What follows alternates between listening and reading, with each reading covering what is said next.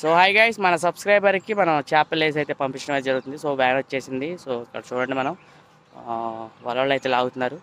So చెరులో చూడండి వలలు లాగుతున్నారు. So పిల్ల మొత్తం వారికి వచ్చిన తర్వాత అప్పుడు నేను మీకు వల మొత్తం చూపించడం అయితే జరుగుతుంది. చేపల మొత్తం అసలు ఎటు నుంచి లాగుతున్నారు ఏంటి, వెనకాల మనుషులు అయితే ఉన్నారు చూసారా.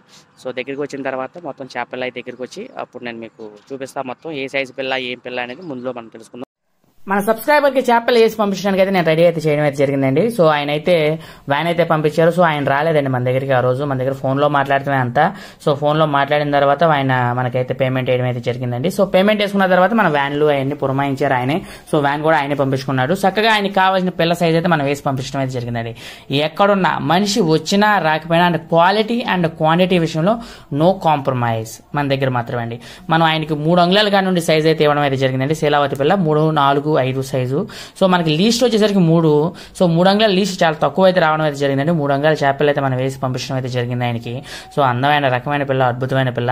సో మనం లాగేది ఎంతైనా సరే అండి, ఒక కస్టమర్ సాటిస్ఫాక్షన్ చాలా ఇంపార్టెంట్ ఎక్కడైనా సరే. సో మన సబ్స్క్రైబర్కి అయితే లాగడం, ఆయన వేసి పంపించడం, మనం చక్కగా వేసి వల మొత్తం లాక్కున్న తర్వాత దగ్గరికి అయితే తీసుకురావడం అయితే జరిగిందండి. సో వాళ్ళంతా దగ్గరికి లాక్కొచ్చి సైజ్ పిల్లతో దగ్గరికి వేసుకున్న తర్వాత మనం ఆయనకి చేపలు అయితే వేసి పంపించడం అయితే జరిగింది. సో ఎవరికైనా సరే చేపల కావాల్సి వస్తే స్క్రీన్ మీద నా నంబర్ ఉందండి, అక్కడ నుంచి మీరు ఫోన్ చేసినట్టయితే సో నేను మీకు చేపలు వేసి పంపించడం అయితే జరుగుతుందండి.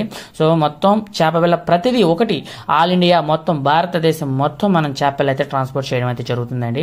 సో వ్యాన్ మీరు పురమాయించుకున్నా పర్లేదు, నన్ను పురమాయించుకున్నా పర్లేదండి, దానికి ఇబ్బంది అయితే ఏమీ లేదు. ప్రతిదీ మనం మాట్లాడుకున్న దాని ప్రకారమే. ఒకటండి, size and quality and quantity విషయంలో అసలు నో కాంప్రమైజ్. అసలు కాంప్రమైజ్ అయ్యే ప్రసక్తే లేదు మన దగ్గర.